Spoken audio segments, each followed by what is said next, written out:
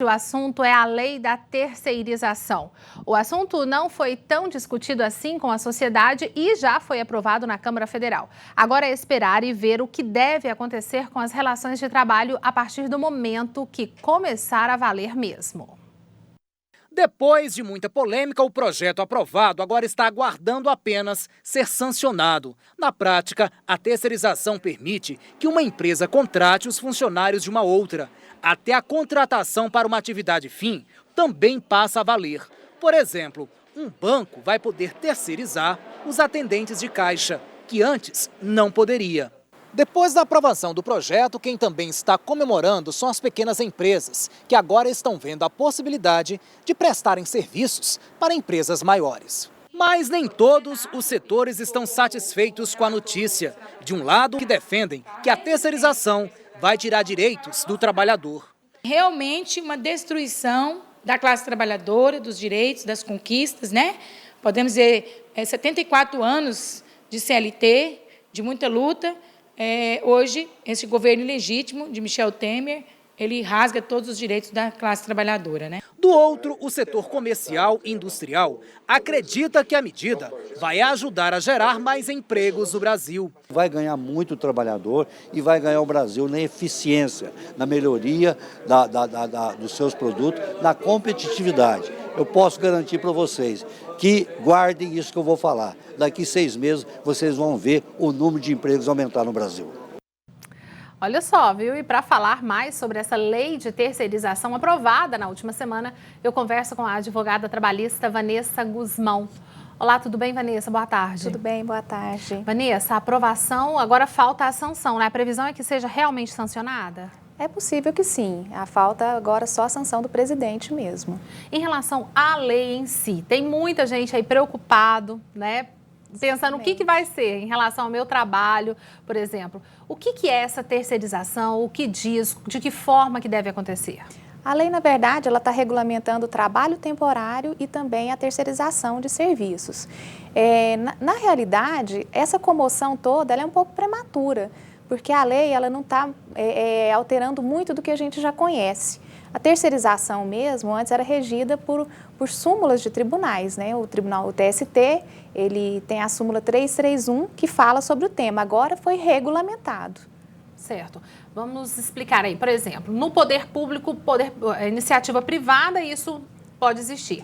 No poder público também? Também pode. Agora, temos que aguardar como que vai ser a interpretação disso. Se for uma interpretação restritiva, o poder público pode ainda acontecer os casos de não ser responsabilizado subsidiariamente como o privado, o empregador privado.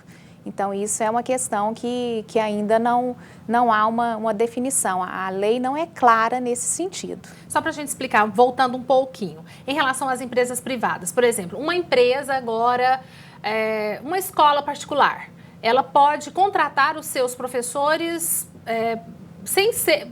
Por outra empresa, seria isso? Em tese, sim, mas vamos pensar da seguinte forma, essa seria a atividade fim da escola e a gente precisa pensar na situação de que precisamos de profissionais capacitados e que saibam o que está fazendo. Nesse caso, seria interessante a contratação direta, porque a pessoalidade, a subordinação, você tem uma coordenação de uma escola que vai tratar diretamente com o professor.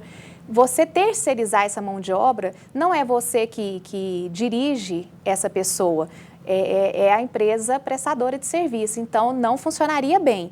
Em tese, como eu disse, seria permitido. Mas juridicamente seria possível? Possível, mas não viável. Vamos dizer que lícito, mas não vantajoso. Em relação ao poder público, isso também pode acontecer? Por exemplo, a Secretaria de Estado pode contratar professores por meio de outra empresa? É o que eu estou te dizendo. Em tese, sim, pela lei seria possível. Mas há que se pensar a viabilidade de tudo isso, né? Em relação, todo mundo aí está falando, os concursos públicos vão acabar. O que tem de verdade e o que de repente isso aí é até um temor das pessoas? Não, quanto a isso, a lei não fala nada a respeito de acabar com os concursos públicos. Mas acabar no sentido de que, de repente, uma instituição pública pudesse contratar por via terceirizada? Tudo é o que eu estou te falando, é a viabilidade. Pode ser lícito, mas não viável. Sendo sancionado, isso começa a valer a partir de quando? A partir da publicação. Já Desde imediato? que publica, exatamente. Já é tão rápido assim? É rápido. E para a população em geral, para os trabalhadores, para a gente, para os trabalhadores, né, normais, o que pode mudar? Na verdade, é a questão dos prazos, né, no caso do contrato temporário, ele passa a ser de 180 dias, consecutivos ou não, ele pode ser prorrogado por mais 90 dias, também consecutivos ou não. Os mesmos direitos que ele tinha na lei anterior, que é o 13º salário, o FGTS, né, sem a multa, e as férias proporcionais. Isso não muda, não há mudança. E, no caso, o trabalhador temporário, ele vai ter garantido a isonomia salarial, a jornada de trabalho dos empregados da empresa tomadora de serviços. Então, não há uma perda notória e que possa ser alvo de tanta comoção. Ok, porque o pessoal está bem preocupado, né? Bastante. Está bem preocupado. Em relação a algum problema que essa pessoa terceirizada tenha com a empresa, por exemplo, algum problema trabalhista, alguma coisa nesse sentido, ela procura essa empresa ou ela procura a empresa que ela foi terceirizada? Na verdade, a lei regulamenta isso também da forma que a súmula 331 já falava, como responsabilidade subsidiária.